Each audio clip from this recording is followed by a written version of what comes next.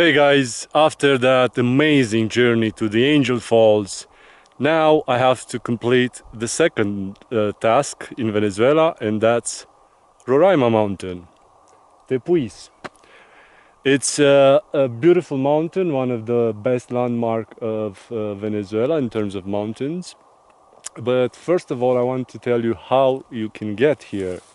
Because coming from Santa Elena de Uruyen, that it's at the border with Brazil, about 80 kilometers north, there's an intersection. It's called São Francisco de Uruyen.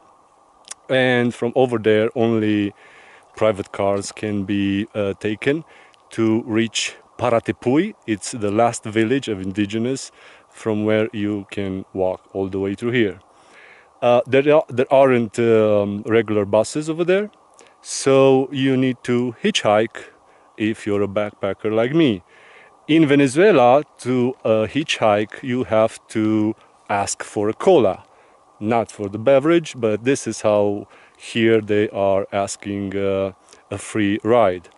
From the main road to Paratepui, there are around 25 kilometers. Do not walk during the day. It's a walk in plain sun. It's especially now in dry season, it's very hot. It's much easier to ask, por favor, un cola para Paratepui. Simple as that. People are very nice, they're gonna give you a free ride. After you get into the village, all you have to do is to register in the guest book, and but they will insist for you to take a guide. I read all over the forums that everybody takes a guide, that it's necessary. You can do it without it with no problem.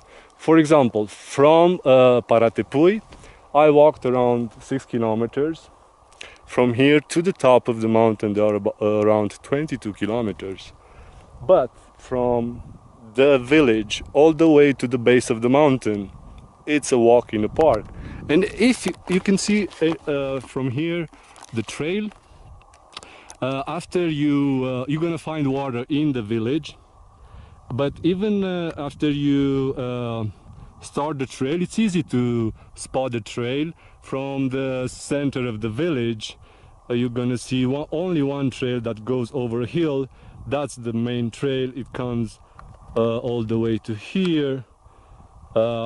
It's easy, quite easy, and it continues all the way towards Roraima mountain. It was the first mountain to be climbed by the European in 1884 through the same trail that we see today and most of the hikers are using now, because up there's Maverick Stone. The highest point, it's 2,810 meters, and in 1884 was the first European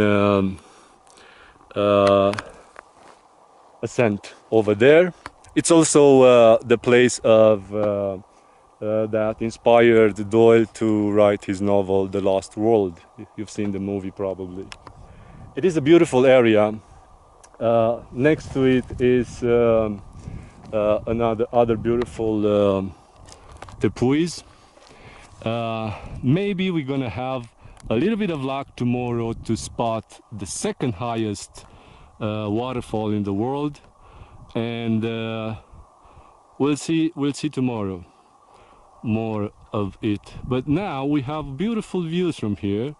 It is a clear day, but up there mostly, even in the dry season, it's fog. Maybe for some of you up there is going to be a little bit tricksy, but if you have an offline map, it's quite easy to find all the places that you look for, like the pools, the hotels, like the case where you can spend the night.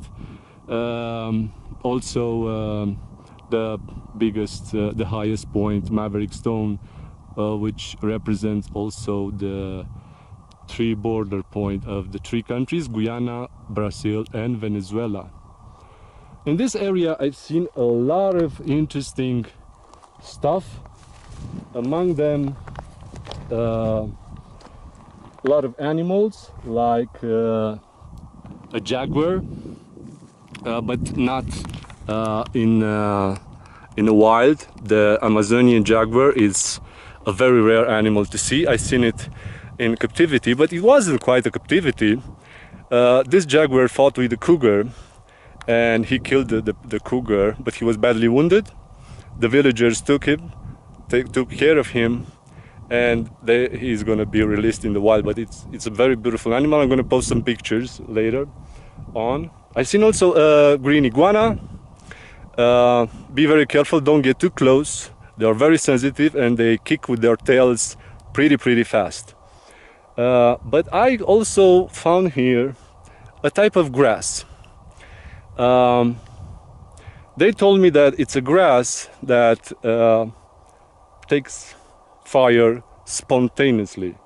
I call it phoenix grass. You're gonna see all around here patches of vegetation burned. Well, this guy is the reason for.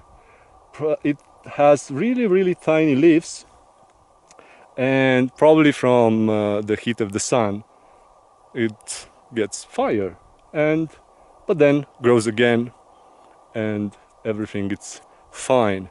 A lot of interesting things around here. A lot of butterflies, huge spiders, big insects, really huge ants. A lot of beautiful stuff to see.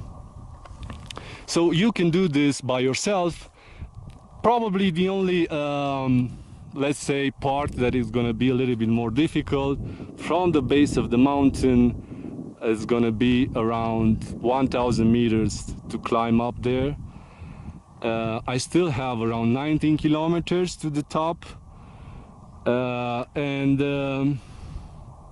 I'm sure I'm gonna find water in the next valleys, so don't be very concerned about the water, even in dry season. As I told you, leaving from the village, in the second valley you're gonna find, quite close from the village, gonna find a beautiful stream with fresh, clear and cold water. Okay, if you see in the distance there is some smoke over there, who knows, this phoenix grass does miracles around here. So this is Roraima mountain. Let's see if we can discover the lost world. I'll see you next time.